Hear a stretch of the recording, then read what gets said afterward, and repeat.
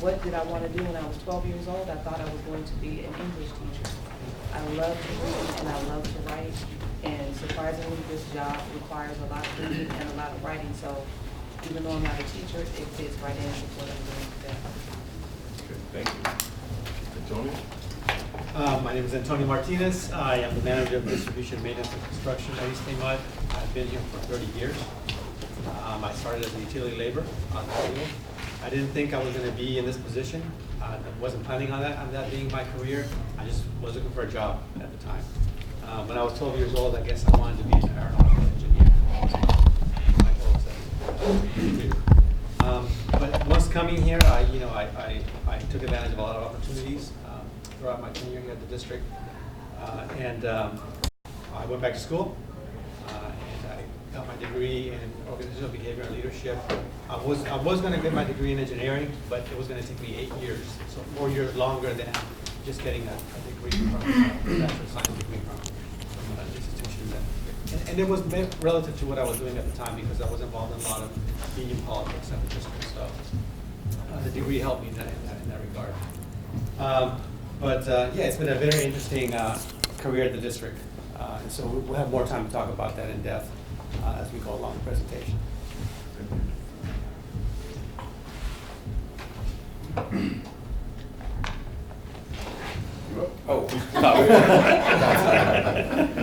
My name's Dane Wilkins.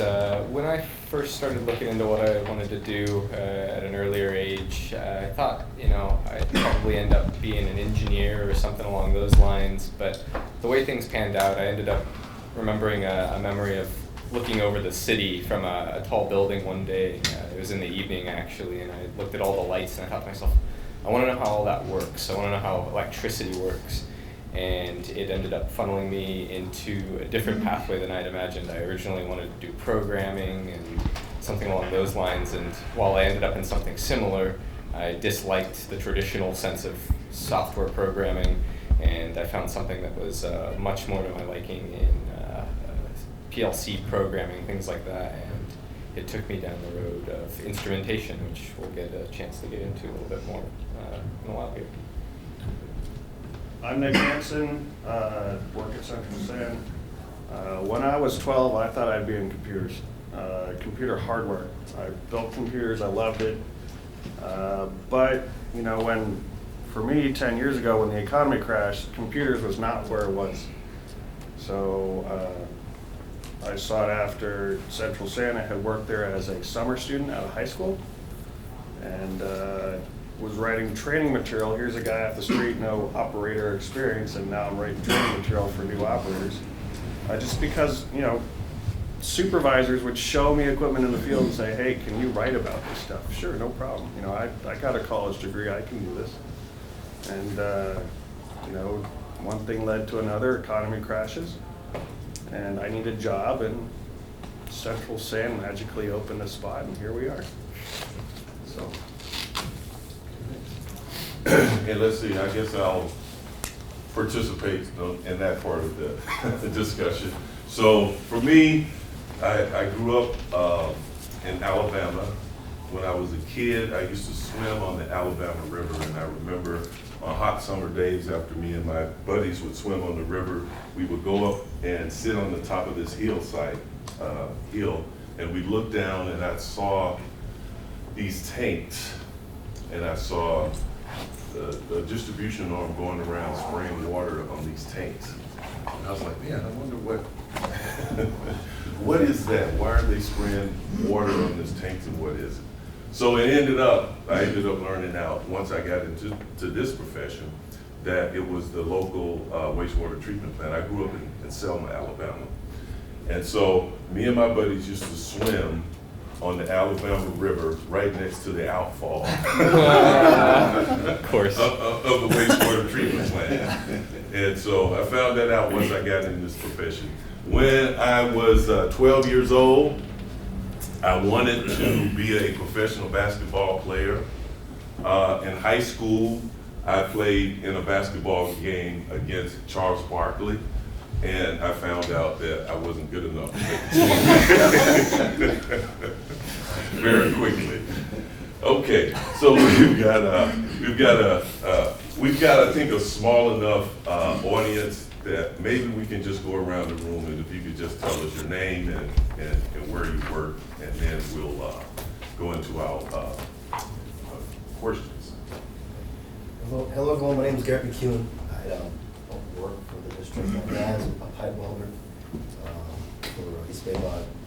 I saw I was looking into East BAYWORK opportunities here, wastewater treatment, water treatment, and I'm interested, hungry for information, and that's why I'm here. Sir.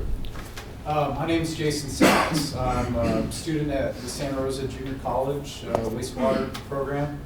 A semester left for them. Interning at Marin Municipal Water District, and I think I find wastewater more interesting, so I think I want to jump ship and move over to wastewater, and I just saw this training and thought it looked like some good information, so here I am. Hello, my name is Matthew Taylor. I work for San Francisco Water PUC in Millbrae. I work specifically in more of the communication dispatching area. I've been working there for about a year, and I see a lot of things, a lot of changes in the water, just the water as far as the people and this personnel and staff. A lot of the people that I work with are retiring, and that's what I've been finding everywhere. So there's opportunities, and I want to take full advantage of as many opportunities as I can. And that's why I started taking classes and trying to learn as much as I can about water and the cleaning of the water and that kind of thing. Thank you. Hi, my name is Yu Wang. I am from SFPUC CDD Water Distribution Department. I am the assistant engineer there for almost 2 years. And I'm here because I want to know BAYWORK more, because SFPUC is the only one water agency that I've been working with. Sir. My name is Ben Lavender. I'm with Central SAN. I'm a community affairs representative. I do our education and outreach in the community. And I get lots and lots of questions about career pathways in the water and wastewater industry. I'm Alyssa Downs. I'm also from Central SAN, and I am their community affairs representative intern. So just here to learn. We're doing introductions, right? Rocky Padilla, City of San Jose, Regional Wastewater Facility, Superintendent in the Maintenance Department, just here as part of the Career Works, and looking to put people in the right direction, and that's what we need in order to do in the field. I'm Christopher Trinker, and I'm able to get into the field and here for discovery and learning. Sir. Good morning, everyone. I'm Mario Flores. I am the new senior coordinator for the Utilities Department at JVS, the Jewish Vocational Services. We connect our clients with the different career pathways available through the utilities sector. And I'm here to learn today. I'm on my first week. Sir, you could. Ed Ho, SFPUC. Just my first BAYWORK buffet, and I'm just excited to see what goes on here. Sir. Morning, my name is Vincent Ting. I work for the SFPUC as well. I'm a wastewater treatment operator. It's my third or fourth BAYWORK, but I'm trying to explore options. Hi, my name is Ed Rivera, and I work for SFPUC. I manage a small group in the engineering group, the drafters, and we do technical support services to various groups within the facility and outside the facility. I manage all the drawings, historical drawings and project drawings. We do USAs and various other activities that we are required to get involved in. I'm here to learn from the panelists, what's been their way up to where they are today and hopefully learn from them. Brett Burkmark, East Bay Mud, Water Distribution Plumber, just here to broaden my horizon. Hello to everyone, I'm Jamel Djembi, I'm IT support. I work for Sustainable Silicon Valley for 6 years. I want to make a transition to water treatment operation. I'm here to learn from your experience. My name is Brian Ramos. I'm a general laborer with the SFPUC Water Department. I'm just ready to move up, promote, and take advantage of all the opportunities. I'm Steve Emerson. I'm an operator in training at Dublin Standard Road Services District, and I've gained a lot of experience and knowledge from this past training phase.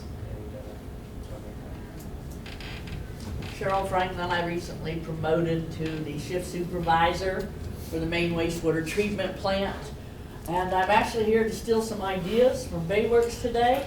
I have I'm working with, we hired a lot of new OITs and we also hiring new assistant shift supervisors.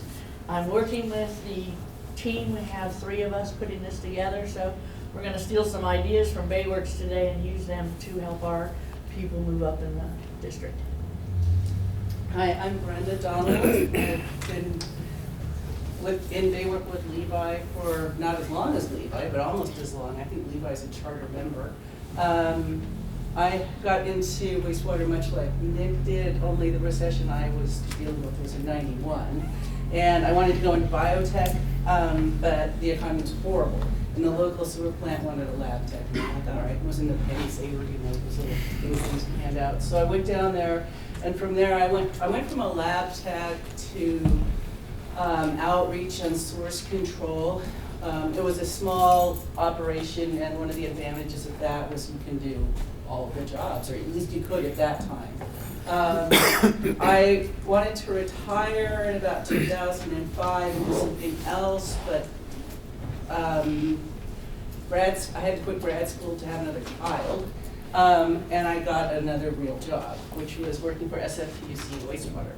So I work day to day. I see Ed Ho, and then Mr. Rivera back there is helping me. I do, in addition to environmental compliance, which is code enforcement for the sewer, make sure no one blows it up or sets it on fire accidentally. I do workforce development work with BAYWORK, and it's really interesting. And the SFPUC has been very generous in letting me do things outside of my box. And one of the things that I work with is the ARC, San Francisco, the ARC, which is I believe it's, I don't know what they call it, it's developmentally disabled. But I work with those folks, and Mr. Rivera helps me with those people, because we have boxes and boxes and boxes of plans from the Navy and all kinds of really important papers that need to be scanned, and that's one thing these students do not mind doing, for a few hours every week, and it's immeasurably important because they want to develop on land that used to belong to the Navy, and we have to find out if they should. I think I hit most of those.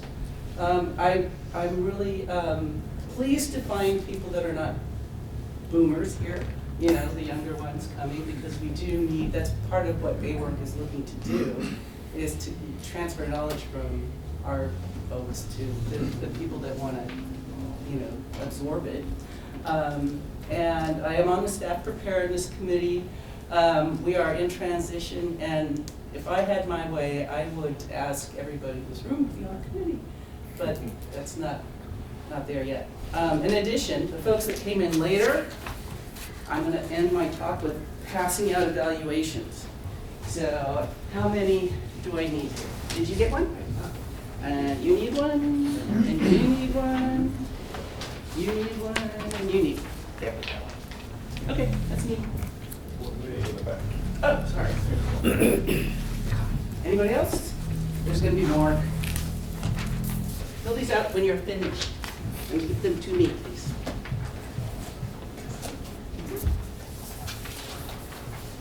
Okay, so Rischa Rischa. Rischa. Yeah. I'm sorry. That's okay. So as Secretary of the District, can you tell us why were you interested in this line of work, and then what type of characteristics do you think make for an ideal candidate in your classification? I was interested in this line of work because I worked in the Secretary's office when I actually started working at East Bay MUD. We used to have a group, it was a floater pool of administrative clerks, and so we were able to go and work in different areas. We did vacation coverage, or if somebody was out for an extended period of time, we would go work in different offices. And that offered me the opportunity to go around and work around the district and see where I wanted to work and where I didn't want to work. And the Secretary's office, you just learn so much. You get to meet you get to talk to almost everybody in the district. You get to interact with almost every department, because that group handles public records requests, receives subpoenas, we interact with the board. And so it's an opportunity, it's not the cockpit, but it's an opportunity to interact with many people. You're not pigeonholed, you're not just doing the same thing every day is something different. And I love to read and I love to learn. And it requires a lot of reading, a lot of learning. It's just varied work, you're never bored. So that's what made me interested in that line of work. The characteristics that make for an ideal candidate, it's to know the job, but also to be calm, detail-oriented, paying attention to detail, a multitasker, willing to learn, and always open to learning new things. I still learn on my job. I've been here for 22 years. I'm still learning. Each day I learn something new. A people person, being able to get along with people, even people that you may not care for as a person, you still have to be able to get along with people and have to be able to communicate. And that's with all levels. And just to be honest and be genuine. And people know when you're honest and genuine. They can tell people can tell when you're fake. And so again, having the experience, and I brought my job description, which is like double-sided, it's 2 pages. But you can have the hard skills, but there are a lot of soft skills that go along with this job. Antonio? So, I mean, like I said at the beginning when I introduced myself, I didn't see myself having this as a career. I was just trying to get a job. And I started as a laborer at the district, out in the field. But once I got in as a plumber, because I started as a laborer for 6 months, and I got into the plumbing section of the district, and I became a plumber at East Bay MUD. And after my second or third year as a plumber, I figured this is a place that I wanted to be, because there's a lot of opportunities here at the district. And so I had a goal. At that point, I kind of made a goal in my mind that I wanted to be the general manager. And whatever happens in between, I'll be fine with. Like every 5 years, I took an opportunity to move up ahead in rank. And so that was kind of my goal. Now that I'm in this position, I think for the job that I have right now as a manager, it requires leadership skills. You have to love public service. You have to enjoy politics, because there's a lot of politicking going on, especially in this position. And the higher you get in the organization, it's more of your relationship building, what you know, who you know, how you develop those relationships to get what you need out of folks and out of staff. And so that's that's what you need in this classification as a manager. Yeah, I mean, we're asking about how we got interested in it. Mm-hmm. Yeah, I mean, like I said, it was sort of a combination of wanting to do things with electronics, and I found myself the kind of person that was pulling my computer apart and replacing components, and if that's ever the kind of thing that you get into, you might be perfect for instrumentation, honestly. But I think that I found the satisfaction of fixing hardware and actually putting my hands on actual pieces of equipment in the field versus, just spending that time, you get so used to calculations in school and, doing programming and things like that on a computer, to where, like, when you actually put your hands on something solid, it's real, it's in the field, it's controlling something that's affecting thousands of people down the block from you. That was very satisfying. And when I actually started working on things like that, I found a great sense of satisfaction out of it.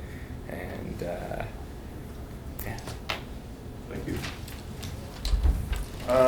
So why was I interested? I wrote training material, like I said earlier, and so I kind of had an idea of what equipment does what. But before getting into wastewater, I did basic plumbing with my dad at home. Everybody's a plumber's assistant at some point in their life. So, I had done irrigation. Now as a homeowner, I got to do it, myself. But I also, had, like Dane said, I was interested in digging apart of a computer. When I went to college, I thought, computer science was my calling. You know what? Calculus stinks. I took it 3 semesters in a row, never passed. And I thought, all right, well, maybe it's computer engineering. Maybe there's less math in computer engineering. I was awfully wrong.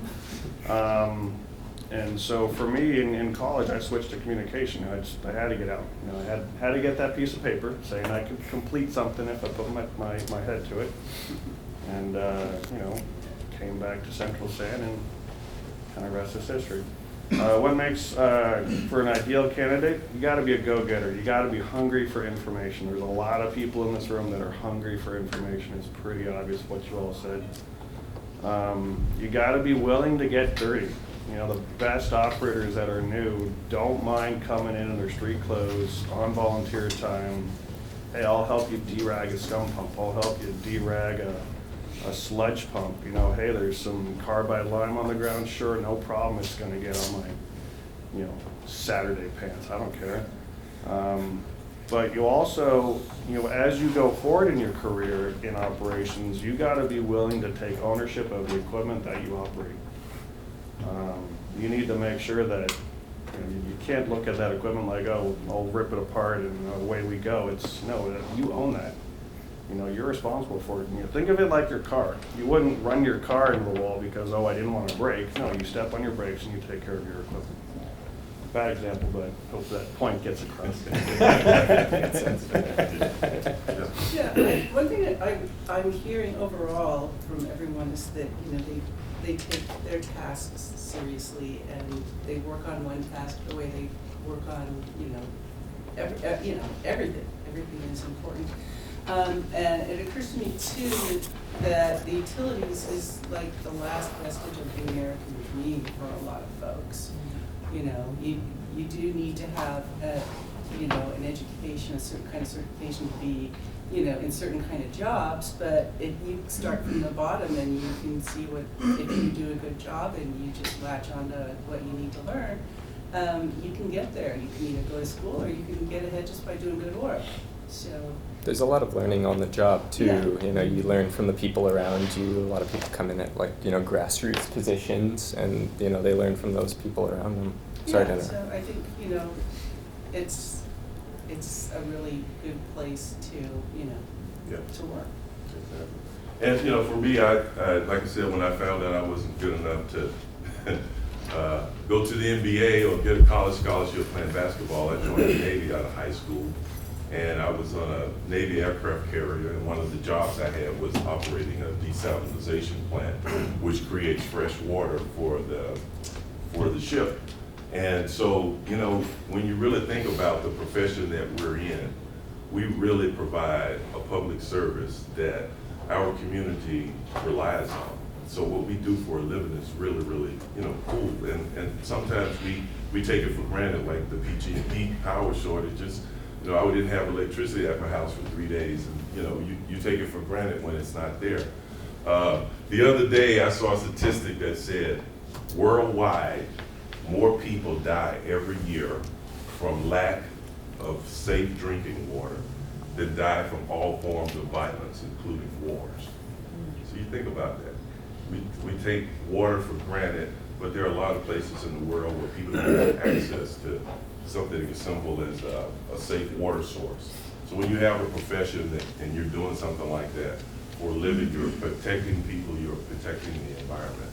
That's really cool stuff to do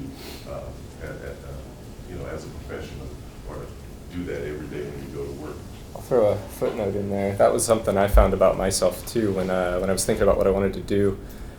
there's a lot of jobs out there that kind of gave me a sense of hollowness. Like you could go there every, Monday through Friday and put in your hours and come home and, try to make the best of it. But providing something to the public, providing something as an agency, as something bigger than yourself, gave me a sense of satisfaction, and it made the work feel less like work, despite whether it's, the nature or not. Knowing that you're doing something that has a wholeness to it and that you're providing is a really great feeling. So. Okay, so why don't we start at this end this time? So Nick, we talked earlier about training, but can you tell us a little bit more about what you did to prepare yourself for your career in terms of education and training? Okay. I'm gonna screw up the acronym for this maybe, but BAYWORK. The courses I took through Solano College, Introduction to Wastewater, Advanced Wastewater. They had biology and wastewater math available. Those two intro courses are kind of what got my feet wet. So like Ken Carey is the god of wastewater. We all know that. I did his volume 1 book through Cal State Sacramento, or Sac State Sacramento. Doing that book work, taking those classes, that's a crash course in wastewater. That's what I did first. I got lucky enough to be hired as an Operator 1. Basically bought my way into my grade 1 test with college credit. And then over the years, just continually learning. For me, as a kid, I taught people how to use a computer. So I have patience and I'm willing to train people. And for me, I'm now a training operator in my career. I've trained, and this is something I pride myself on, I've trained 40% of Central San's current operator workforce. And so with that, teach them how to use the equipment, but also, how to be ethical in your job, knowing that sure you could pencil whip all you want to get the numbers you need to satisfy permit, but write down the real numbers you are actually getting from your lab results. And if you got to make a change, you got to make a change. And just be truthful with your work. Like I've said a couple times, stay hungry, stay interested, be willing to learn. That's how I got where I am today. One of the things I just want to add to what you're saying is it is mandatory that you write down the correct numbers. You can lose your certification, your license, and your job if you're caught making false information, especially to the state.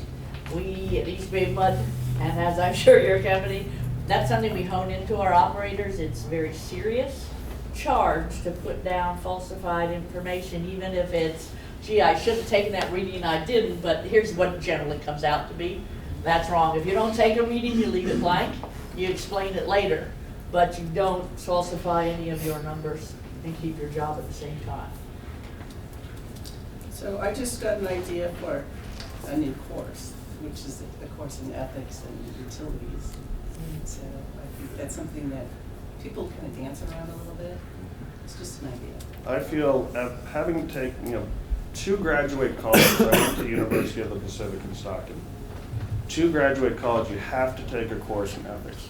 And I think that in whatever industry you're in, taking a course in ethics is mandatory. It totally changes your frame of reference on how you look at work.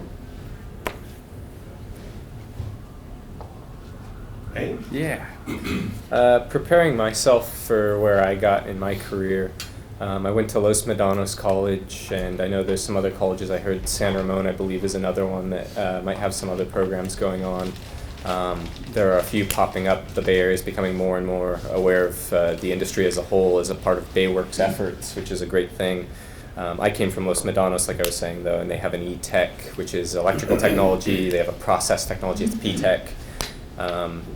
in my particular studies, I went over things like electrical motor operation, semiconductors, digital devices. A lot of instrumentation is run by basically industrial computers, which are PLCs to those who aren't already aware. And they use electrical signals for their logic versus simple, programming like clicks, things like that, even though those are sort of associated. There's networking involved. There's a lot of systems out there that are talking over radio, even in the city right now, that talk over Cisco switches or any other major brand network switch. So it's sort of an electrical collaboration of sensors talking to industrial computers, which are communicating to a greater system, which you'll find as like a DCS or SCADA system. And the handshake that each of those have with each other and each of their individual parts are sort of the things that make up what an instrumentation technician ends up working on. So if any of that fascinates you, you might be perfect for it.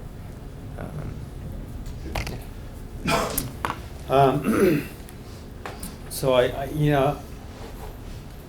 started in the plumbing section of East BAYWORK on the maintenance side, and so I knew that I wanted to first master that, being a plumber, and so I did that for 5 years. And then I went to the next step, which is a crew foreman, and I did that for 10 years. And I also learned that it's important to master the job that you're in before you move to the next one. Because if you don't know what the job that you're doing now, it's going to be hard to supervise the job that you're going to be above that position. And then it goes a lot for the respect that you get from staff that you're supervising. So master the job that you're in. And then I took my certification in distribution. So I had that as I moved up in my career ladder. And then I became a supervisor. I did that for another 5 or 6 years at the entry-level supervisor position. And then I became a superintendent, which is managing a service yard of about 60 people.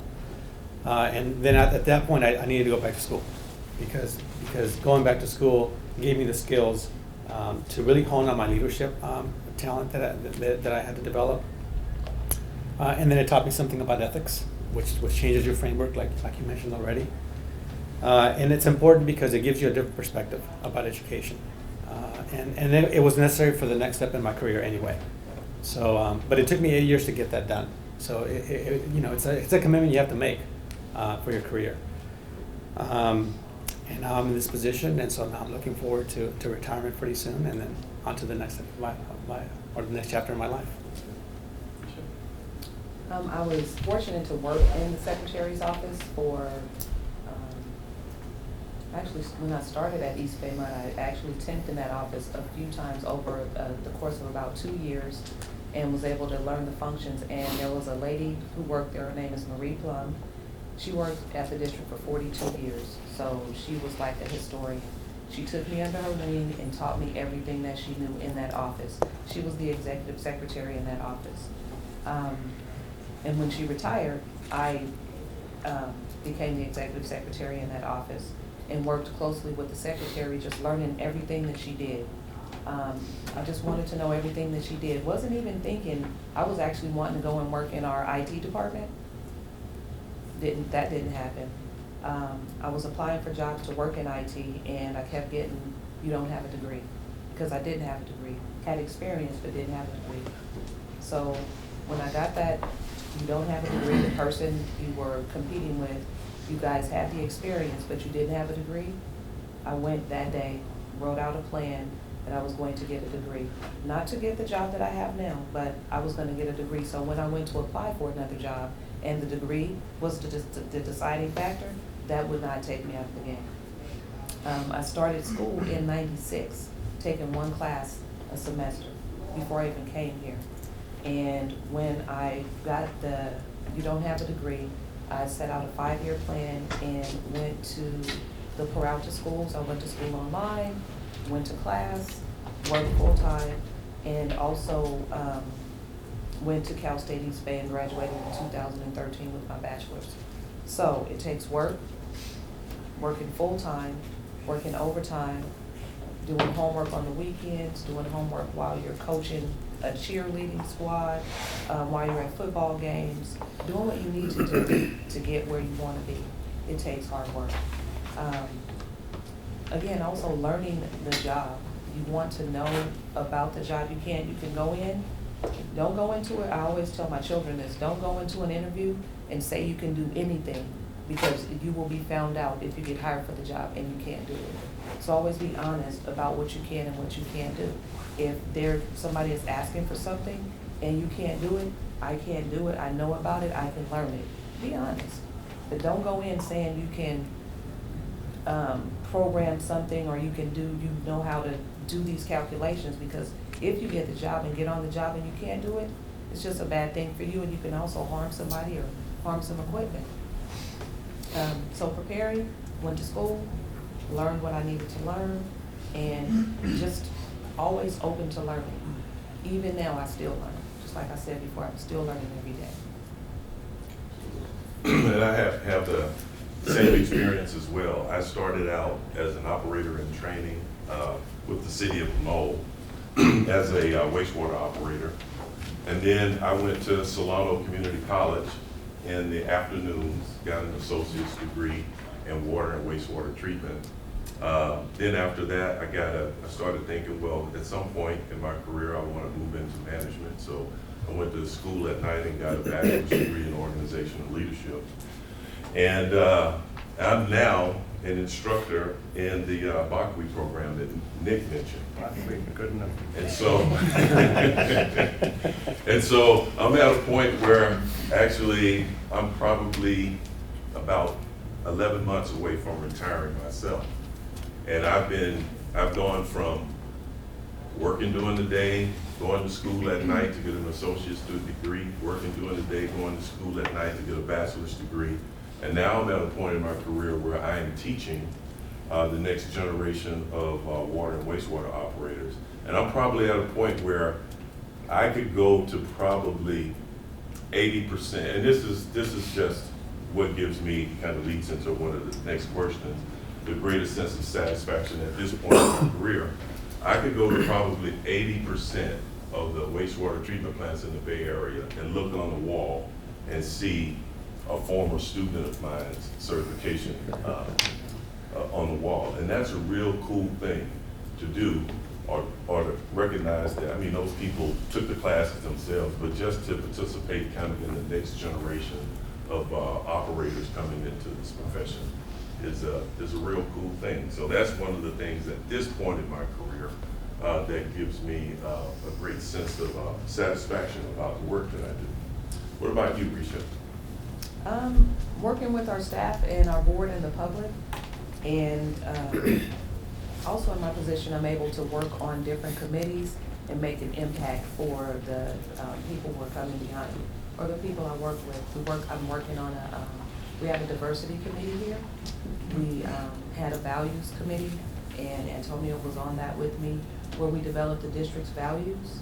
And didn't have to be in this position to do that, but I had the opportunity to be on that committee. And the greatest sense of satisfaction is knowing that I can do my job, that I learned what I needed to learn, and I have the skills to be able to do my job and do my job well. Yeah, I mean, it sounds kind of corny, but it's true that when you serve in public service, you are giving a benefit to your community. You're giving back something. And that, to me, is satisfaction. But as has been mentioned already by others, helping others grow and develop is really important to me. And we have a lot of training programs here at the district. We have a private training academy that we've developed over the last 5 or 6 years that we're working to improve. But we're growing our own plumbers here at the district. We're growing our own staff. And there's a lot of retirements going on. Somebody mentioned already coming in that agencies are still going through this bubble, retirement bubble of baby boomers. And we're going through the same phase. We're almost peaking out at that bubble, but we're still in it. And so by, I think, next 2 or 3 years, at least 80 to 90% of our staff will have turned over. And that's a lot of growth and development that needs to happen from all people that are leaving, and being able to transfer all the information to people that are coming in, and not lose that customer service or that expectation that customers have of what we provide. That's a lot of work.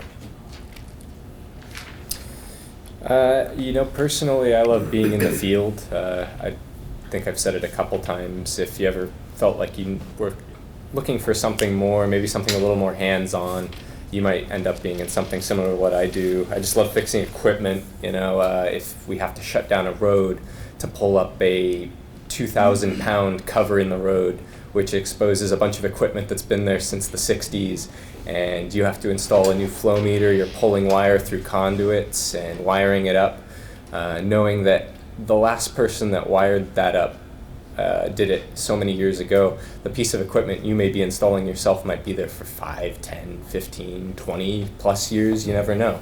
And so knowing that you are doing that job and doing it in a lasting manner, in a polished manner, and knowing it's going to be put to good use for so many years is a very satisfying feeling, and it's a similar kind of experience in different parts of instrumentation, but that's a specific angle that I feel a specific gravity of, and when you think about those things, it can be a very satisfying way to spend your 8 hours a day.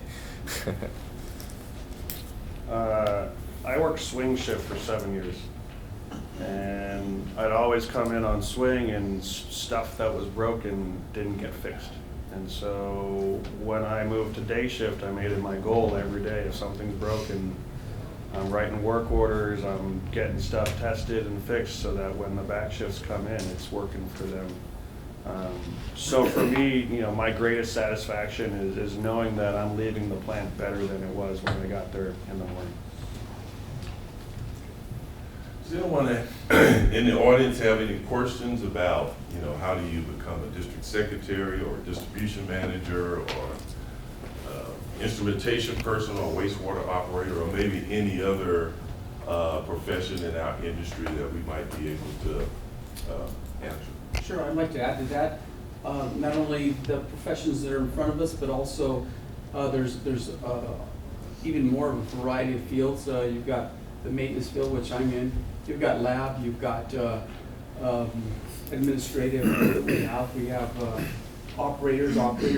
There's good operators and there's bad operators. And this is a gentleman that's a good operator. And he doesn't want to leave the shifts coming before him or after him in bad condition. You said earlier, as well as the equipment. The equipment is owned by the operators. The mechanics work on them. The operators own them. So, good. Oh, me? Anyone? Oh, I want to add. But Brenda, let this gentleman back here. Yeah. Go ahead, sir. Because I work on the community and the schools, I'm often the first person that teachers and students and community members interface with who consider that wastewater and water is a career and that there are viable sort of career opportunities here. I'm curious to hear from all of you, if you were in my position being sort of the first person to come across a group of people and wanted to know more or how they might pursue it, and you had a very short window to communicate with them, what would you tell them? I think that BAYWORK is obviously a great resource that ties you into all the local colleges, like he was saying, and a few others have said that they attend community colleges. I find that sometimes the community colleges spend more time in the trades, and that's what BAYWORK ends up linking you to, colleges like LMC where I came from, others that have been mentioned today. So if you had to throw one word at them, BAYWORK is probably the best word you could throw. Aside from that, if they didn't have access to that, they could obviously just pursue colleges and ask and see what programs are available. Some of them offer simply electrical probably, some of them offer a combination of that and maybe more process related skills, and I think BAYWORK's probably the best resource. I'm not trying to toot their own horn, but they do a good job. I would say take a tour. Most public agencies have tours of their water treatment plants, their wastewater plants. And so it's an opportunity for someone from the public to go into those facilities, see what's going on, ask questions about how to get jobs there, and that's a very simple thing to do. Just take a tour. Especially schools. They bring whole classrooms in. Yep. We from middle school to high school to college to health professionals, we have everybody come in for those tours. The other thing is to look into internships in the area around where those people live. There are high school internships. We at East BAYWORK have them in almost every single department. High school students, college students, gives them an idea of what we do and how we do that. And some of those internships are paid internships in the summertime, so it helps students get money for school and stuff too. When I spent, let me finish with one quick comment, I'll let you ask your question. When I spent a quick time with SFPUC, we had visited John O'Connell High, and I think one of the students to this day is now working for the maintenance department at the Southeast Treatment Plant. And so you can find, I think, a lot of internships with a lot of the major areas. I know Valley Water hired a ton of interns recently. I know SFPUC and a bunch of the people that work there have been doing great strides in that. And I think one of the trickier things is you'll find that the smaller agencies are sort of trying to keep up with those efforts. I think the bigger agencies just have more personnel to make it happen. You were going to ask a question. I was going to say that, no, those internships for people that are currently in college, Correct. School, right? Correct. What about for those that have already graduated? Like what if, I feel like the positions you're probably looking for, like take, for example, the instrumentation position where I'm at. There's an instrumentation 2, which is what I'm at, which is sort of the journeyman trades level. There is also a Tech 1 position, which is under direct supervision or indirect supervision, I forget which specifically, of a level 2 technician.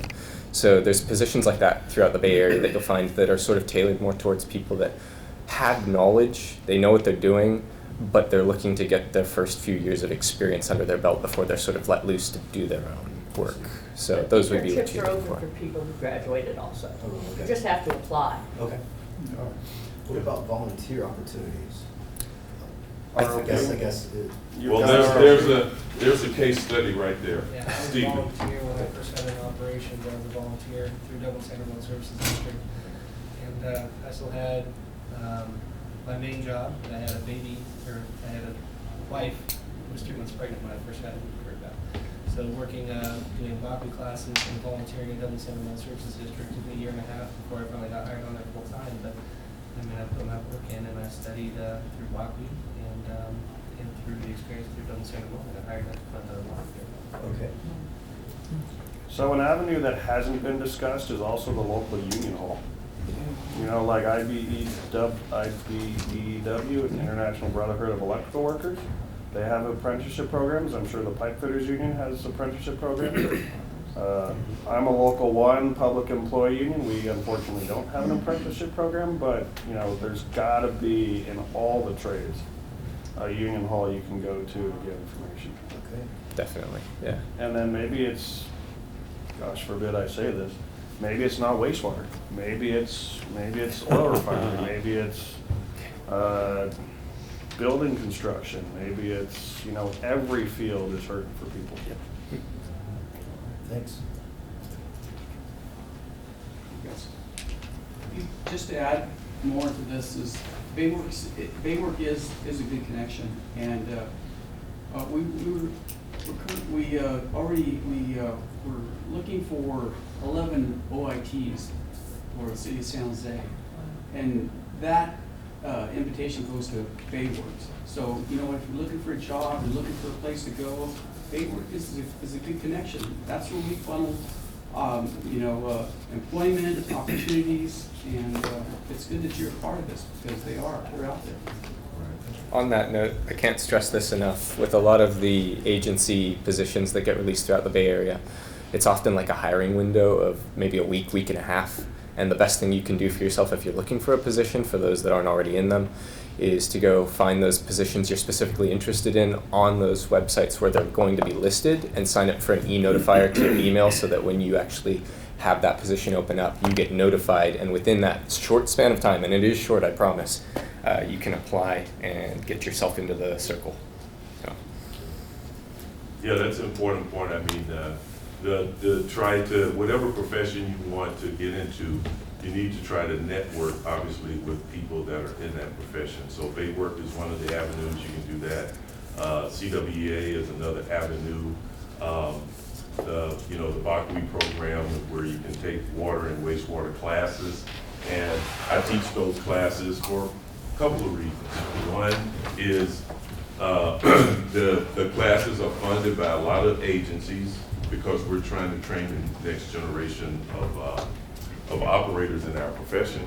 But also, from a selfish point of view, if I'm teaching a class, it's one thing to have someone, sit in front of you in a 1 hour or a 30-minute interview and tell you how great they are, and how great they would be as an employee. But if you've had someone who's been volunteering at your plant, or if I have someone who's been a student in my class for 1 or 2 semesters, and I know what their study habits are and all of those kinds of things. So then when that person applies for a job, they obviously have, you know, kind of a leg up on someone that I don't know. If I know their work habits, if I know their study habits, because they were a volunteer or because they were a student. So get involved and network with people, and they'll tell you, hey, you know, here's a training opportunity here. This agency is hiring here. So you kind of got to get in the network of people in that industry to get to know them, and that gives you kind of an advantage on someone that's just coming in, you know, kind of cold off of the street, and you don't really know them. And so folks in the industry can point you in the right direction. Can I add one more footnote to that? Often the community colleges or the institution that you might be getting training at, they'll often have a careers opportunities or resource person that you can go to on campus, much in the way that like Catherine Curtis has reached out from SFPUC to LMC, and that's how I ended up getting into SFPUC in the beginning. So it was a temporary exempt position, but it was specifically that connection between the agency looking for interns and the institution that I was at, and them going to the students and finding people that were interested. So just one more quick thing.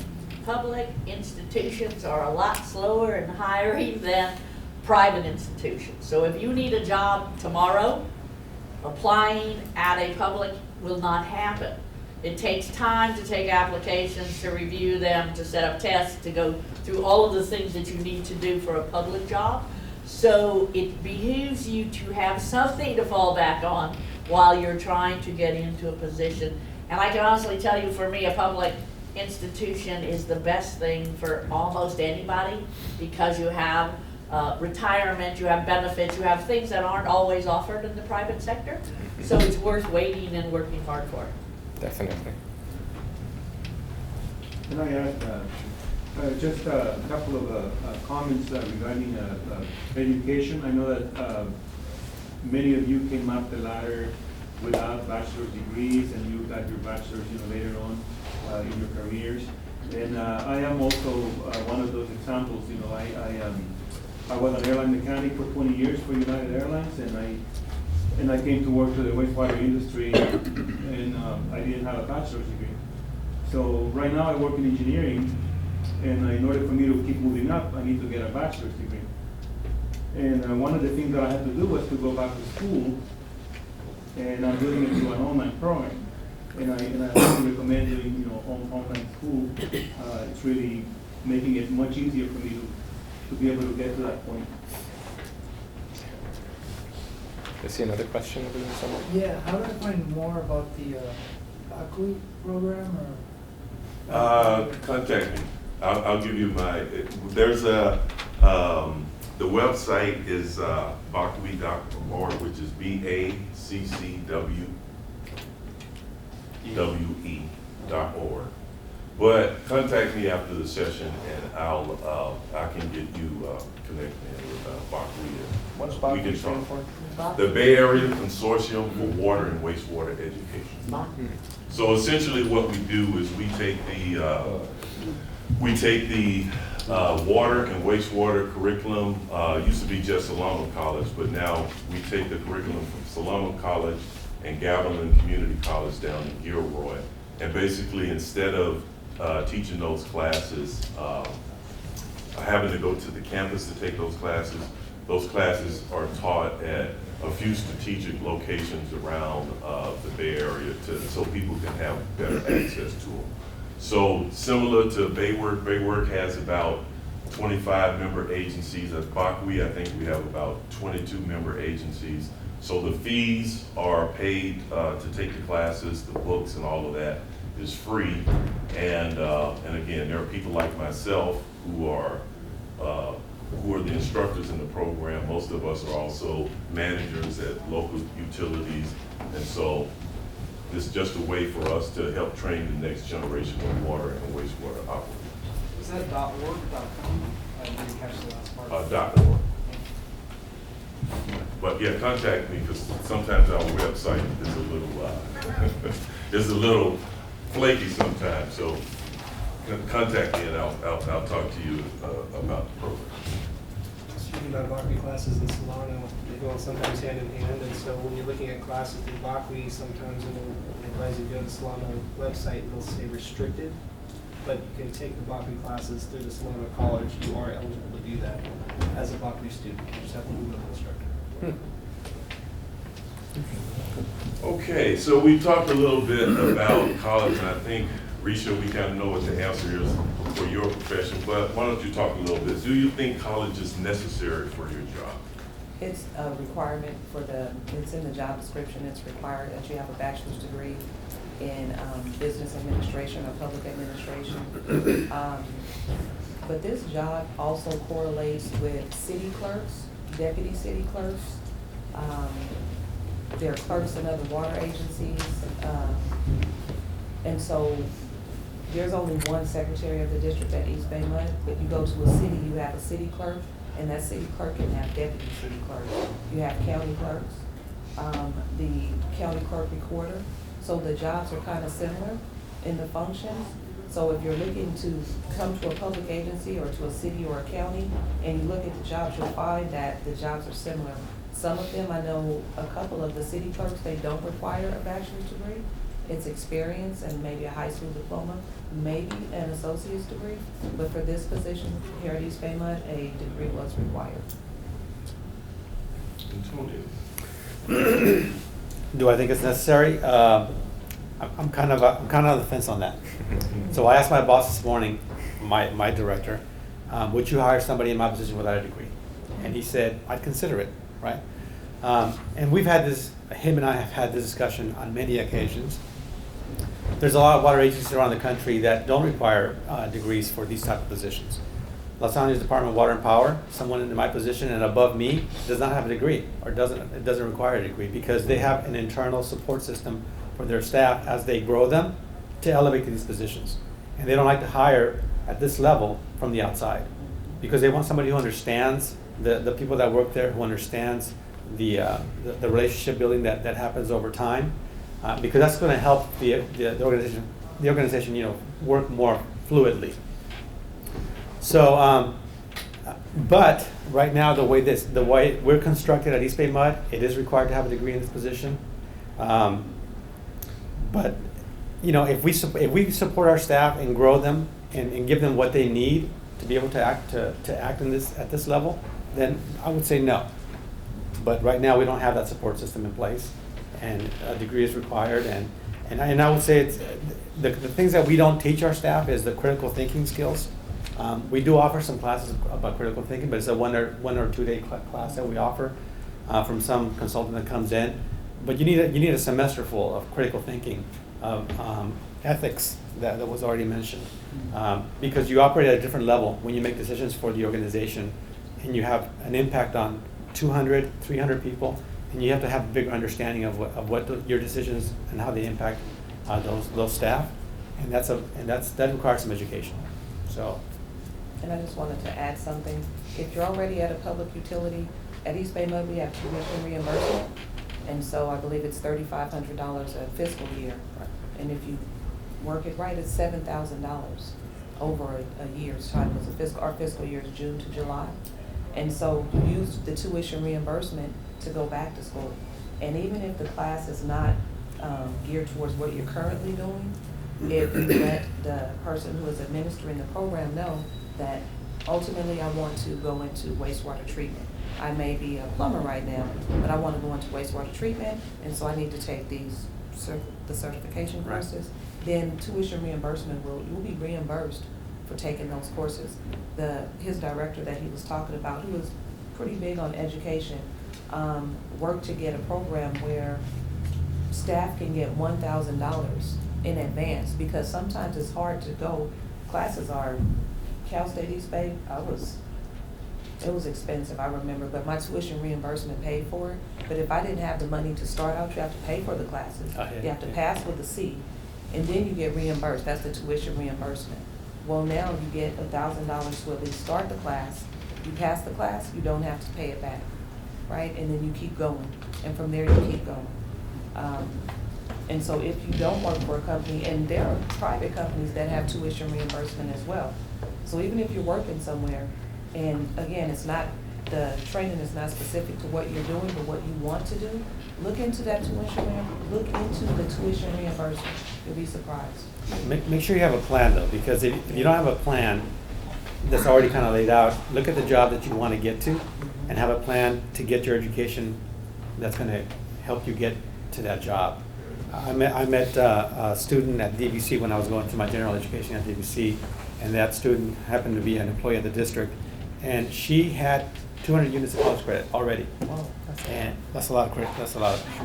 But she didn't have a plan, so she kept going to college, taking classes, and then when she finally, and you know, by the time I met her, I was already getting ready to get out of DVC and go to my 2-year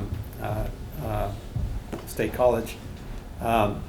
And so she said, how come you're getting out so quick? I'm like, well, you know, this is where I wanted to go. This is a class I need to take. I talked with a counselor, plus I talked to the university counselor to make sure that I got what I needed. And she was in this thing about just taking classes, and lo and behold, the classes she had been taking didn't even apply to where she wanted to go. So she'd been wasting her time for about 6, 7, 8 years. I don't know how long it took her to get all those college credits, but have a plan. Make sure you have a plan. We had one question. Well, just if I may add too, regarding the cost of education, you know, I know that's probably one of the obstacles that we all face, you know, that going to university is so expensive these days. And one of the things that I found out, you know, through my current education with university, one of the counselors of the university that I'm doing my program with recommended this school called Straighter Line. It's another online school, and they partner with about 120 universities in the country that you can take courses through Straighter Line, and it's way cheaper. It's only $99 a month, and then you pay like $70 per class for the same courses that you would take at the university, and then you can just automatically transfer those courses to the university that you're working with. So I'm doing my program with Liberty University, which is the largest university in Virginia. It's an online program. Since I was an airline mechanic, I was able to, you know, I did a little research to see how I could get my bachelor's the fastest way. And with my airline experience and certifications, I was able to transfer a lot of units, about 60 units to Liberty University. So that left with only 50 units to complete. And part of those units I'm doing through Straighter Line, and that's saving me $7,000 that I won't have to spend doing it through Straighter Line. So I highly recommend it. I was going through the course list, and they have a lot of, you know, the courses that you mentioned, ethics, you know, a lot of business courses, math, science courses, and you can just transfer those to whatever university that they partner with. What was the name of that? Straighter Line. Straight a line? No, straighter line. Straighter line. Straighter line. Okay. So you just find the school that you are going to on their website, and it gives you the list of all the courses that you can transfer to that school. And you just sign up with the course, and then at the end of the course, you just click on transfer transcripts, and they send it like within 2 days. You're getting an email from your university. We got your transcript, and here's the credit. Oh, good. It saves you a ton of money. So people who want to get into wastewater, classes are expensive. I took a 2-week course, $700. So I had to put out $700, make sure I darn well pass that class, I get my $700 back, but it takes time to do that. So you're out that $700 for months before you get your stuff set up, your reimbursement, all that kind of stuff. And it's expensive, but you need that plan and figure out where you can help. You know, financial aid and stuff is out there too, to help you get stuff from your college education. You know, each class from Liberty University is around $1,400 per course. With Straighter Line, I pay about $120 maybe, you know, and then transfer it over. And also another recommendation is that I like to make is if you have prior education in whatever other field, find a program that you can transfer that experience and that education into that makes it easier for you to get a bachelor's. Because a lot of times you may have some private education that you realize that you can transfer over to a school and they give you credit for it? If you're bilingual, if you speak more than one language, the other language that you speak, if you're fluent and you can read and write, you can actually test out of that language and get about 7 or 8 college credits for that. I'll use his statements as a segue, because I found myself in a position when I was trying to figure out what I wanted to do where I didn't have the money really to go to UCs or CSUs, and I didn't want to take out student loans, and we're fortunate enough to live in the state, to my knowledge, that still has the cheapest community college system in the country. So for the community colleges that have adopted some kind of trades program, that's an excellent way to not rack up a lot of student debt in a more traditional way that the CSUs and UCs do. But I lost my train of thought. I was going to say one more thing about that too.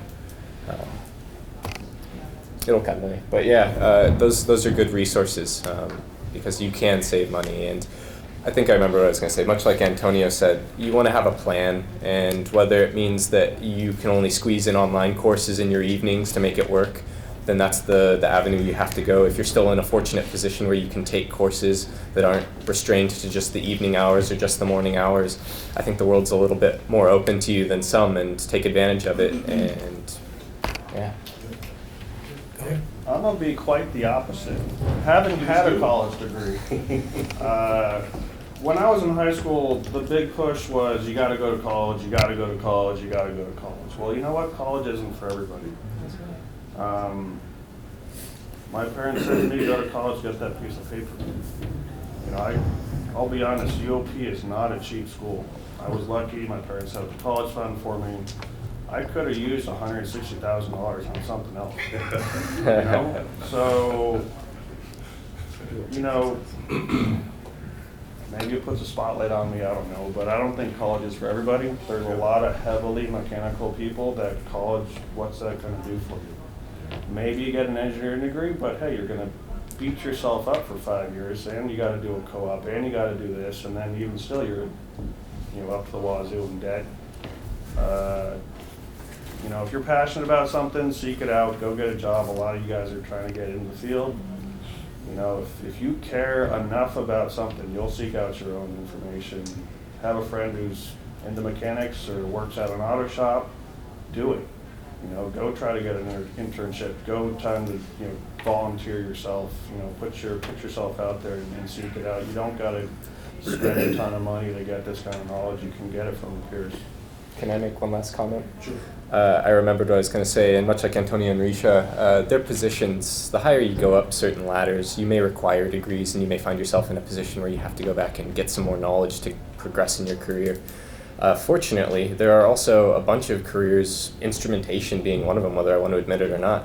You often don't need a bachelor's degree. They recommend having associate's degrees. I have 2 associate's degrees, one in instrumentation and one in electrical technology, that greatly benefit me because much like a modern calculator, you can punch in formulas, but if you don't know how they work, you've lost the knowledge. And you go to those courses and you learn how things work, and you can go into the job, and whether it's through an internship or whether it's through volunteering, you can accumulate experience under your belt, time in the actual industry, because no matter how hard you study, once you actually get to a facility such as like the size of BAYWORK, it's a machine that has many different gears, and you're not going to be able to expect what you're going to see. And when you get into it, you're able to learn, and you're able to take that with you so that when you do go apply for a job, whether it's at that same place that you interned or whether it's somewhere else, much like in my case, they see the experience, they see the practical knowledge that you learned, and despite whether you have a degree or not, if you can show the ability that you have in a practical way, in a way that they can translate to getting that work done, you're going to find yourself in a very good seat. And I think that that's good advice for some people that were in a situation similar to mine. Nick, go ahead.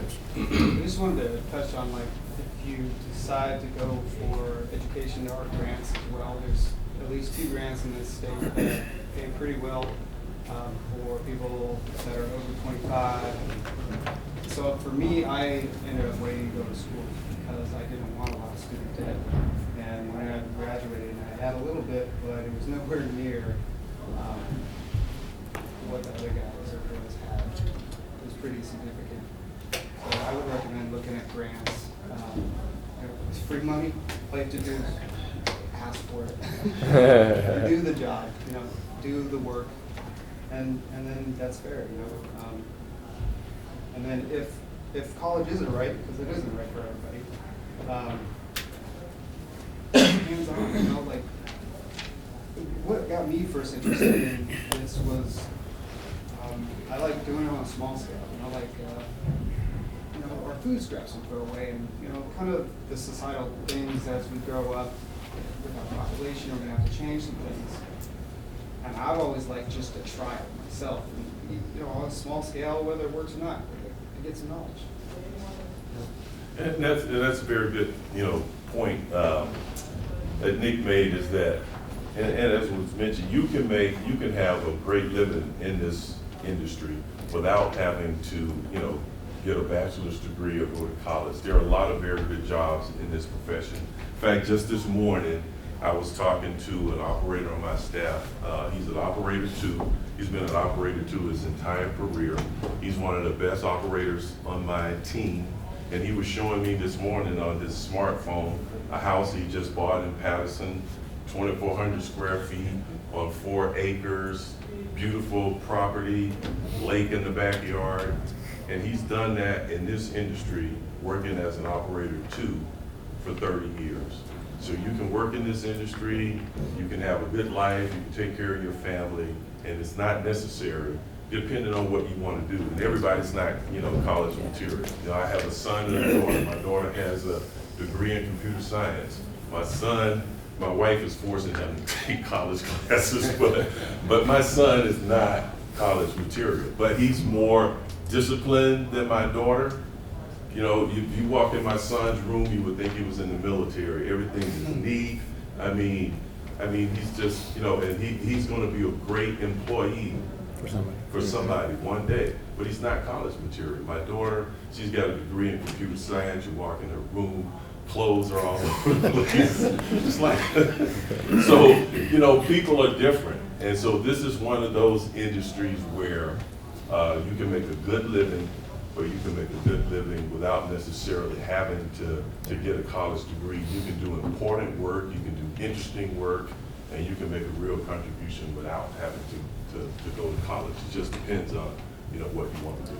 I'll add that for the plumber training academy that we have, our plumbers come in as entry level, no experience required. We take them through a 1-year course of actual training out in the field, and then we promote them to a plumber 2 position, which is more training in more focused and specialized work that they have to perform.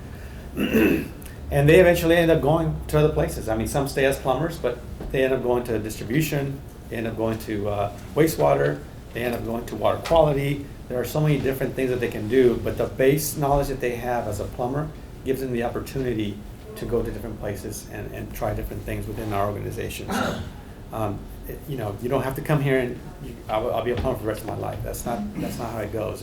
You can do whatever you want. Sometimes the degree can come in between your career promotion.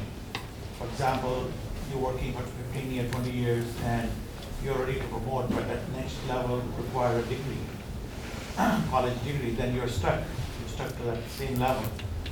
So, like in my field, I work with the Levi, and I figured out, I'm inspector, so I figured out which employee he was talking about who bought a house in Patterson. But I'm saying, like, in environmental compliance, a senior position, they never ask for college degree. So the person who just recently retired, he worked there for 25 years and he retired. He had a college degree. So now they're changing the job description and requirement. They're looking for college degree. So if somebody is been working for 20 years, 15 years, 20 years without college degree, he will be stuck. Like, for example, luckily I'm going to apply for his position, but I have a degree. But without degree, I would have been just inspector, not a senior inspector. So sometimes it's good, sometimes it's not good. When you're young, you push yourself a little bit and get the degree out of the way, and then so you relax the rest of your life. I have 2 daughters. I beg them to get the degree. Without degree, they will buy a house, Patterson, big house after 30 years of service.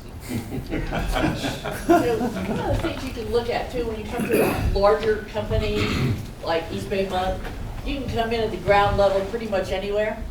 Janitorial, mail clerks, whatever, and take your time moving into wastewater or water distribution or water treatment, secretary's job, admin clerks. It's getting your foot in the door that pretty much counts. Taking advantage of the opportunities that are offered to you, like college reimbursement, that kind of thing, taking classes that are offered through your job, becoming part of BAYWORK, CWEA, any of these other organizations that can offer you stepping stones, and taking advantage of people that you work with, getting that information. As Rischa said, she was learning everything everybody knew around her because she was interested in learning. And if you're one of those people, you will go far in any company that you happen to work in.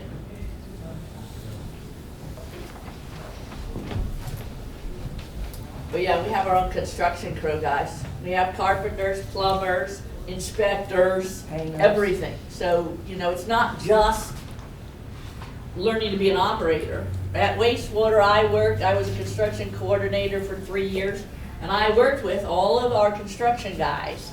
And we have something to offer for every position that you could possibly think you're interested in. And people should take advantage of that. Okay, Nick, what are the key technical skills needed for someone to thrive as a wastewater treatment plant? Math is one of them. Gotta do calculations. I guess I kind of cheated in my career. Someone came to me and said, "Hey, can you write a computer program that does all this math for me?" Sure, no problem. Efficiency. Efficiency, that's true. No more button smashing on the calculator, but math is a big one. Being mechanical. Coming out of computers, I wasn't really mechanical. That's something I've learned on the job. Kind of goes back on maybe that's why college isn't for everybody. I wish I knew more about mechanics when I was in high school. Totally would have changed my career path earlier. That's kind of about it for me for technical. Technical knowledge and skills. Often instrumentation is dealing with a lot of sensors. Sometimes it's equipment like flow meters, which are much bigger, more like the size of a mini fridge. But often, especially with the smaller sensors, there's a lot of delicate components. You're taking apart things. Imagine taking apart your TV, something that you wouldn't normally do. That's often what you end up having to do in instrumentation. In the older understanding of instrumentation, there were a lot of like volatile RAM components, things that needed like EEPROMs, things that were used. Now we're sort of in a new age. We're sort of seeing a turning of the page of the equipment that we're using. One example that everybody can take to heart is we used a lot of ultrasonic sensors for a lot of level measurements, and due to the factors in society of people like Musk and Tesla pushing radar in vehicles, radar has come down in price and it's become more practical, just like solid state drives have for computers. And because of that, a lot of ultrasonic applications are being switched over to radar applications, and we found great success with that. It is a lot of changing out little things like seals. It might be a probe that is 24/7 immersed in some kind of process, whether that's water, whether that's sludge, whether that's anything.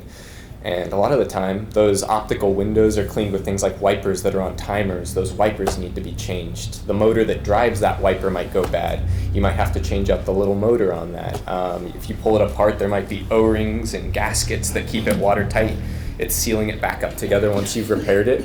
And sometimes there's times when you can't repair it, and you're often buying a new one. And that's times where you can see, is it making sense to stay with the same kind, or can we see room for improvement and purchase something that might do better here, or we can maybe rework it to improve things for the guy that has to work on it next. And it's a lot of those skills that you'll often use in instrumentation. So I'm going to give a holistic answer to this question because I'm looking at it from the perspective as I manage all these people that work for me that are tradespeople. They're plumbers, truck drivers, heavy operators. So for me to make decisions for my division, I think the technical skills that are for me anyway, personally, And I have the experience in both operating heavy equipment. I have a commercial license. I also have my certification. I'm able to get on the computer applications that we use. So it's important that someone coming up in the organization that's going to take my place, for me it's important for them to have all those technical skills. Apart from the soft skills that are required to be able to manage the staff or lead staff, you need to understand what they do, how they do it, and there's no better way or no better thing than they actually have the experience in doing those things.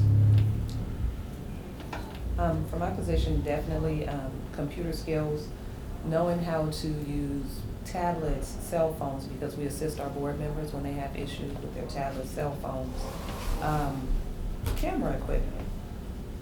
On the dais, during the board meetings, I have a whole system that I have to use to record the board meeting, to operate the cameras, to operate the microphones, and also being able to adapt when there are new computer programs, that you're able to quickly learn a new program. If a board member or somebody that you're supporting wants to use a particular software to do something, you need to be able to learn that in a short amount of time to be able to assist that person in using it.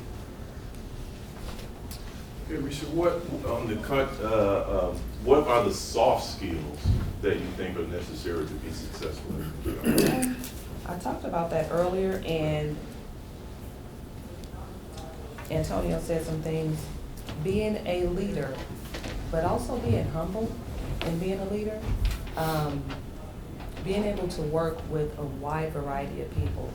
Customer service, which I think we are losing in a lot of different places. I talk to people on the phone, and they may have something going on in life, but I should know about that if I'm calling you or talking to you on the phone. Customer service skills are very, very important, really. Detail-oriented and attention to detail. I prepare a board packet every 2 weeks, and you have to read it's prepared by staff, but when it leaves out the door, it's our product in our office, so we make sure that that product is correct. So attention to detail.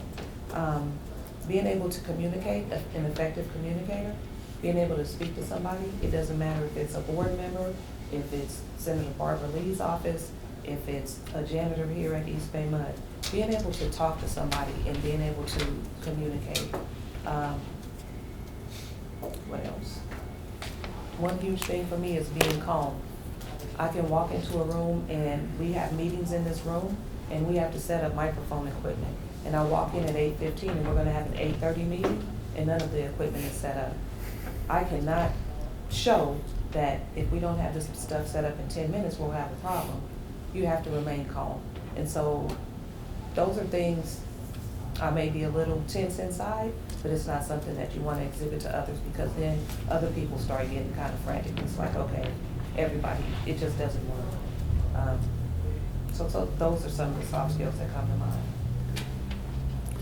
I'll add a few to that list: being self-aware, being a good role model all the time. Conflict resolution is a good soft skill to have in this profession. Emotional intelligence is important,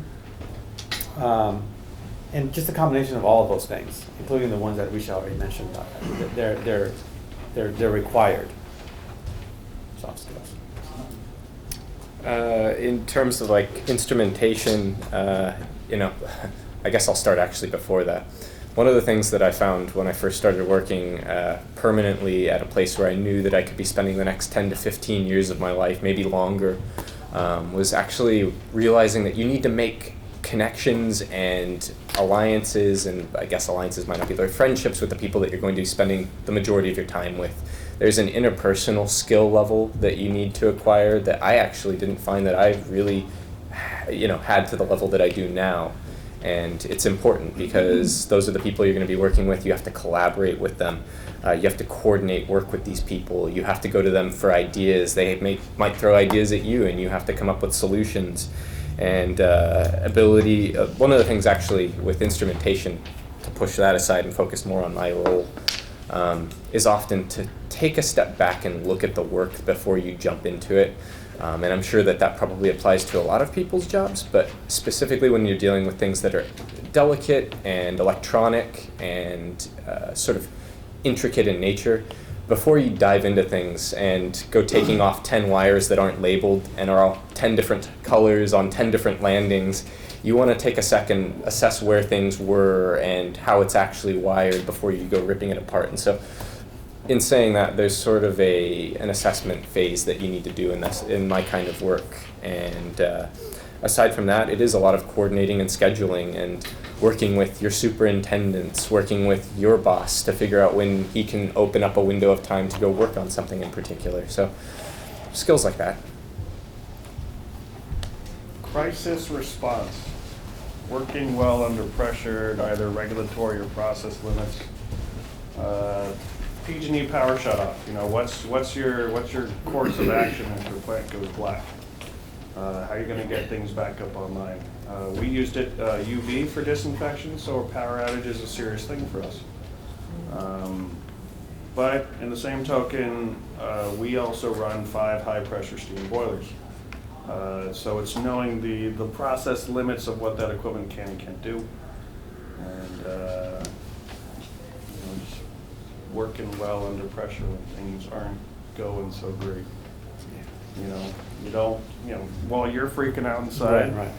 you can't let it known to your crew that you're freaking out inside, They're gonna freak out too. Because you tend to be barking and maybe you say something you shouldn't say, or oops. The heat of the moment. Yeah. So staying calm and cool. Yeah. Crisis response, and I've seen this, even if there's Ben in the back, he's left. But what I'm trying to get at is for PR, external PR, if there's a crisis going on and your plant's responsible for it, you got to come up with the right words to say without spilling the beans too much. About how, oops, I made a mistake, sorry, but we move on. So, but crisis response, I think, is huge. Yeah. Okay, Rischa, okay, go ahead. Hi, I've got a question for Anthonio, because earlier he mentioned about one of the soft skills from being a management would be enjoy politics. That's quite interesting topics because majority here, it's not like fresh grads. Most of us have been working for a couple of years. So would you like to share some, a short story about politics in your workplace? Not necessarily currently, but how you handle it. Right.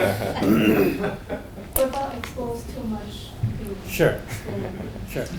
So I actually have a different experience with politics because I got involved with the unions. When I was a plumber, I decided to file a grievance.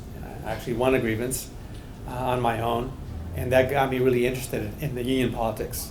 And so I got involved in union leadership. I actually became the chief steward and president of Local 444, which is the trades union at the district. And I was involved in union politics for 10 years. And then after I got promoted into my supervisory role, I left the union stuff for about a year and a half, and then I got involved in my Local 21 chapter, and I got involved to the point where I became the president and chief steward of that local for another 10 years. But I found that to be a really rewarding thing for me because I got involved in a lot of issues.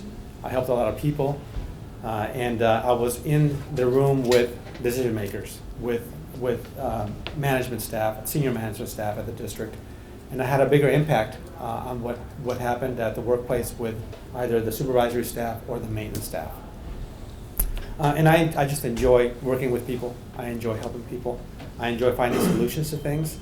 But it's a commitment you make because it's a commitment that you make outside of work. That's something you don't get paid for. That's something you do on your own.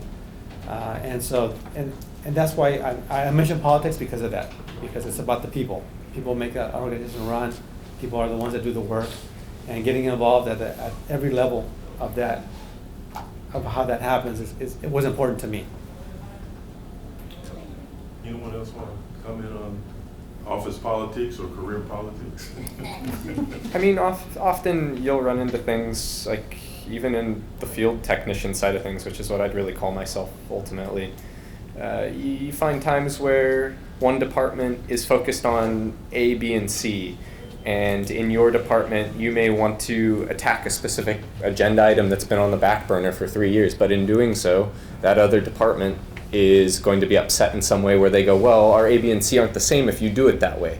And it prevents you from making forward progress as your own department.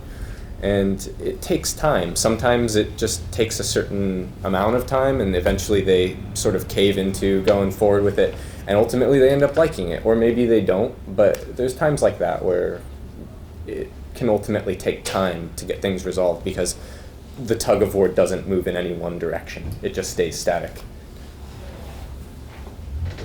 So politics in government is huge. And that's what, when you talk about money, that's what we're into. A lot of money and being able to budget that money. Okay, Rischa. Oh, go ahead, sir. Yeah. What does it mean to work like water treatment operator or waste treatment operator? What's the difference? Yeah, on the field.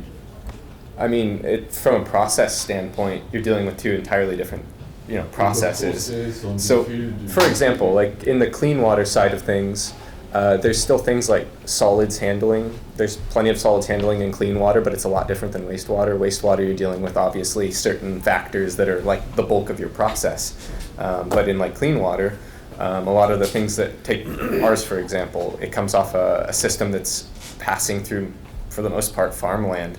And so you're dealing with a lot of things that come into the runoff from those agricultural lands before it reaches your plant. And we filter out those solids, and obviously there's treatment that goes into it too to disinfect the water and things like that. But you still have centrifuges, equipment that is dewatering your solids to separate it, and then you end up with what you're left with is just basically, we call it solids. It looks a little bit like charcoal or some kind of other equivalent, and both industries have similarities like that, but with clean water, you're obviously disinfecting and distributing clean drinking water and utility water to the surrounding areas. And with the wastewater sectors, you're focused more on collecting, obviously, the waste side of that and then treating that. And I can't speak as much on the waste because I haven't been in it for 3 years, but it's a very active sector. There's different regulations that apply to both different sides. So when you go to school to learn either water or wastewater, the regulations are important, and you're going to learn that through textbook. And then if you get in the field, you're going to apply what you learn to make sure you abide by those regulations. So cleaning water is different than cleaning wastewater. In a very superficial way of putting it out. Yeah. Rischa, you won the lottery. You leave EBMUD, and somebody in this room wants to be EBMUD's next district secretary. What is that interview process going to look like for that person? So the person in the position before me had been in the position for 23 years, and the person before her 20 years. And I think each interview process was different, so they tried something new on me. I had a 3-panel interview with,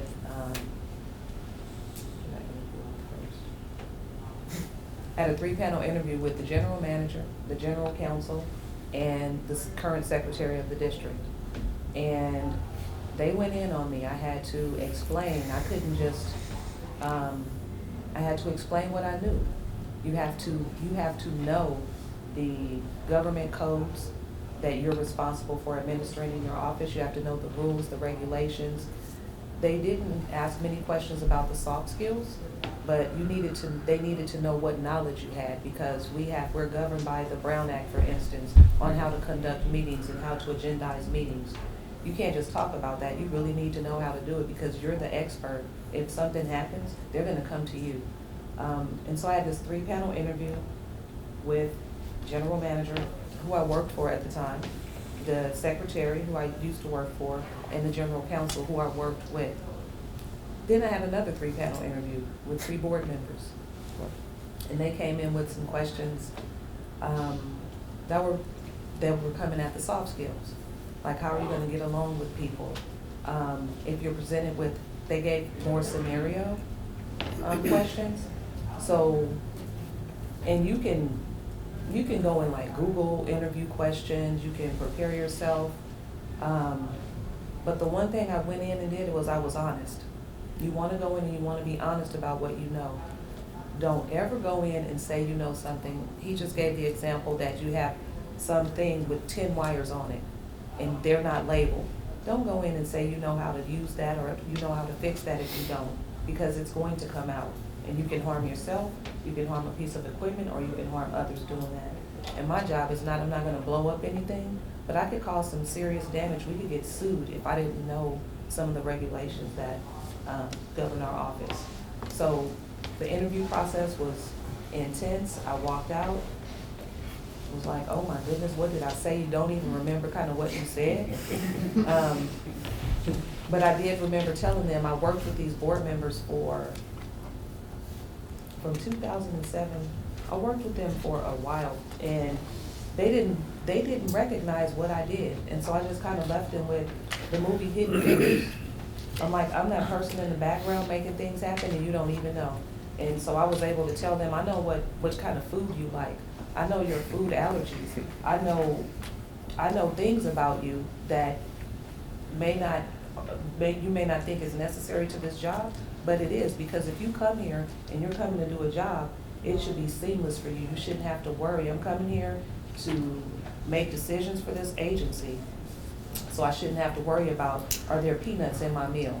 It's something as small as that. I shouldn't have to worry about, there are dietary restrictions because of religion. Those are things that you know. It's not something you put down on the job application, but you get to know the people that you work for at that level. And so, able to go into an interview and express that, and express it and communicate that clearly, and I'm still employed, because I'm an at-will employee. So 2.5 years later, still here. Antonio. Okay, what was the question? No, it's deep. Somebody won the lotto, right? Yeah, win the lottery, you Somebody's coming in. leave, somebody wants to be the next Antonio. What's the gauntlet gonna be like for them? It's going to be a written exam. You have to take a written exam and get on a and then take a panel interview to get on a certified list. And then once that happens, you'll probably have an interview with 3 people, the director and 2 managers, and maybe even the general manager, depending on who they want to have on the panel. But at this level, my staff is all over the district. I have 4 different service yards that I manage, and I've got 4,200 miles of pipe that I'm responsible for. So it's being able to lead a group of people that are not in one location. They're out scattered all over between the service area, and that's not an easy thing to do. So it's being able to answer questions about how are you going to lead staff that works in different places. How are you going to develop a culture that is kind of working in unison to get the work done, but you don't see them every day? And then how to deal with all the regulations that are coming down on the water side, because we have to conform to those. We also have to deal with discharges, because we have main breaks in our system all the time, and we're regulated by the state and how we deal with discharges. So it's those kind of questions that are coming to you, and how you're going to deal with those issues. People that go out of water because of different situations, and how you deal with critical customers. How do you deal with public information? The general manager's office, we deal with them all the time. So it's a complicated conversation that you're going to have with someone, and how you're going to deal with those issues. So it's good to have knowledge and experience that you can talk through about how you're going to deal with those issues. And the interview is about an hour. From my experiences, a lot of the time, the people that are going to be filling my kind of role are sometimes people that have been doing this job for 20 years and they're looking to relocate. One of the benefits to, I think, a lot of our careers, for those of us in those positions, is that we can travel with them. If we wanted to move somewhere else, odds are some other big city in some other part of the country has something just like you're doing here. And so it gives you that versatility. But that being said, there's people that often do that. They have been working in the field for 20 plus years, and they're just looking to switch it up. And people that work for public works and suddenly decide to go work for a water agency. things like that. For my role in specific, though, it could also be the people that are just like me. You know, maybe they only have a handful of years under their belt and they're still relatively new to the industry. And there are positions, like I said, for in the instance of a Tech 1, Tech 2 scenario where you may be working with Tech 1s that have relatively little experience and they're really starting to learn the ropes, and then the Tech 2 is really the journeyman positions for a lot of different trades are often where you'll find the people that have been in there for quite a number of years. As far as skills go, it's the kind of things that you went to school for. A lot of the time, it's going to be more like PLCs, the programmable logic controllers, knowing how to use computers in a way to talk to PLCs and be able to program is something that moving forward is going to be ever more important. The days of old school logic using hardware is sort of going away, and it has for the most part gone away, and it's being done through software, it's being done through microprocessors. And so being able to interface with those is very important, along with a lot of the skills that I spoke about earlier. Being able to use networking devices. It's often communicating and networking and getting things to handshake that is the hardest part of instrumentation, not necessarily just installing it. For operations, get a grade 1 certificate, get your time in, take your grade 2 test, get your time in, get your certificate, take a grade 3 test, and the process continues. For Central Sand, shoot, we had an operator job open up one spot, 200 applications. Someone's got to whittle that list down to about 20 people. 20 people get an oral board. It's made up of 3 people from other utilities. Levi, maybe you've sat on some of our oral boards. And they get asked general questions, process questions in general. You have rising sludge in a primary sed tank. What causes that? How would you handle a difficult employee? Are you willing to work shift work? Stuff like that. That's like a grade 1, operator 1, our entry level operator oral board. From there, you get a second oral board if they like you enough, you move on. That second oral board is made with the hiring manager and 2 shift supervisors, and they ask you very plant-specific questions. You have steam boilers, you have a cogeneration unit, you have a furnace.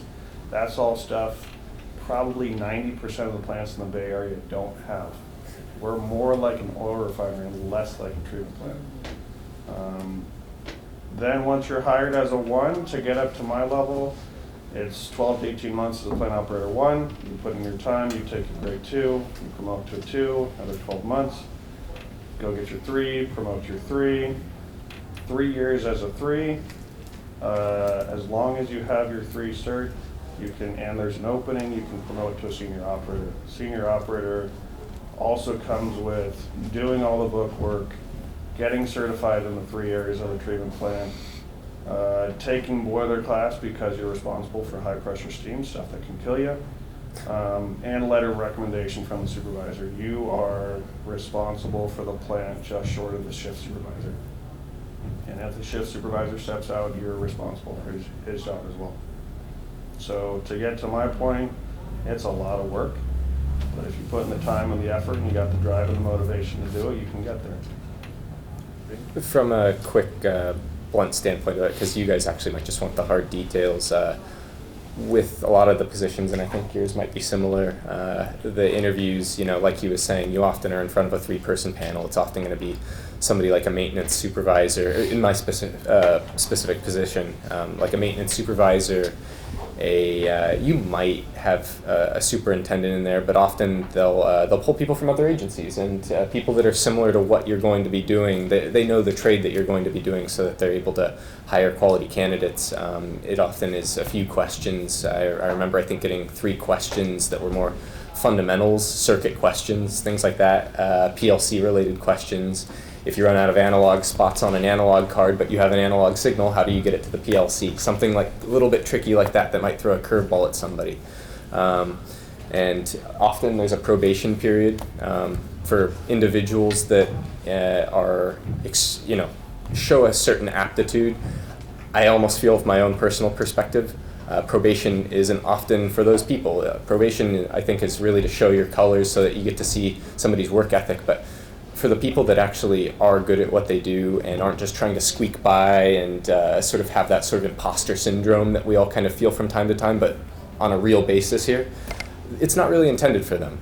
There's a lot of people that go into positions and they know exactly what they're doing, and often if you go and seek the training out and you've spent time in the trade, you know what you're doing, and you'll spend that 6 months, year, whatever time that is, and get put on a permanent basis, and then depending on where you go from there, you may experience another probation, but it's often those rungs, like the panelists were outlining, that you have to go through. So, I mean, that's kind of the general, like, when we hire, and certainly I'm aware of the hiring process at East Bay, but a lot of these public agencies, when you apply for a position, you're going to probably be competing with 200-300 people. So typically, I know what we do at Dublin San Ramon is typically we will give an exam. So we'll go through the applications, or HR will go through the applications, and before the announcement is sent out, we kind of, I have a conversation with HR, talk about kind of, depending on the level of operator that we're hiring, what are kind of some of the key things that I'm looking for, because once that hiring process starts, there's got to be some separation between the hiring manager and the recruitment process, so you don't get, hiring protests and things of that nature. So typically it's going to be, you're going to have to take some kind of a written exam so that the agency can kind of whittle down that list of 300 people down to enough people that they can interview. And then usually the next step in that process is you're going to be before a board of, to do an interview, and usually those interviews, at least in our case, or at least the way I like to do it, different agencies might do it differently. The first interview, I'm looking for mainly, does this person has the minimum technical skills to do the job? And most of the questions, I may have a few soft skill questions in there, but the first interview is, does this person, and that's what I ask of the panel. I usually just sit in and I say, hey, rate these folks, and I want to know, of these people from a technical standpoint, how would you rate them? And then we typically have a second interview, and the second interview is where we're looking for soft skills. And in my case, I'll usually have a couple of my lead operators interviewing in one room, and then I'll interview in the other room. And the second interview is saying, okay, these people, we know they have the minimum technical skills to do the job, but are these people we want to work with every day?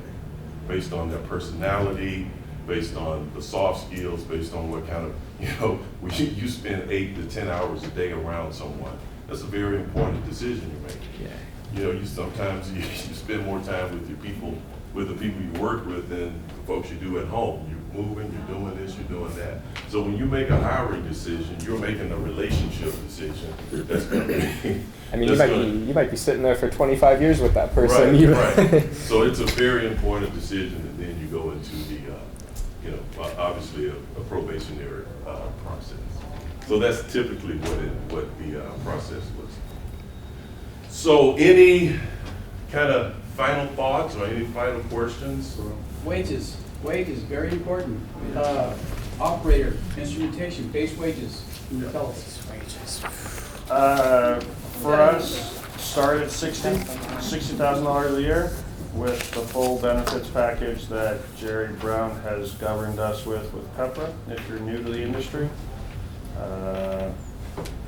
Whatever that may be at your agency, it's different for everybody. I was told when I got started, if you bust your butt, you can make $100K in 3 years. I bust my butt, I made $100K in 3 years. Right now with overtime, I'm probably making about 140, 150. Don't quote me on this because I don't know exactly what the salary schedule looks like, but I think top step for Tech 2 after recent negotiations is somewhere in the realm of $121,000. That's after 5 years. The average wage for a plumber is about $120,000 a year at the plumber 3 level, and you'll get there within 3 years of coming into the district. Secretary, wages range depending on where you work, but I looked up the salary and it's 125 to 181 a year. She's organized, she gave us a nice handout. And this, I went and looked at this because this is our administrative support career ladder, but the 2 positions that I added are not on that career ladder. So the 2 yellow positions, the 2 yellow boxes, that was not on the career ladder. This is, it's a good place to stop. I don't even know if I think we actually, we don't have this position anymore, but you can go further. So, I would vote for you for mayor. Oh. That was our recommendation, not to live in San Francisco. Right. So we got some logistics. If you want to get credit for your certification, come up and I will stamp on the class. Put your name on this so we know where to send the certificate, please. And also for if you just take this one class, fill out the green sheet and the blue sheet. The blue sheet's for the end of the day. And tell us, what else we can do, or, what you want for lunch, or just whatever it is that you think we can do better. So I have my stamp and I'm ready to go. Oh. And can we please thank, Yes. Rischa Cole?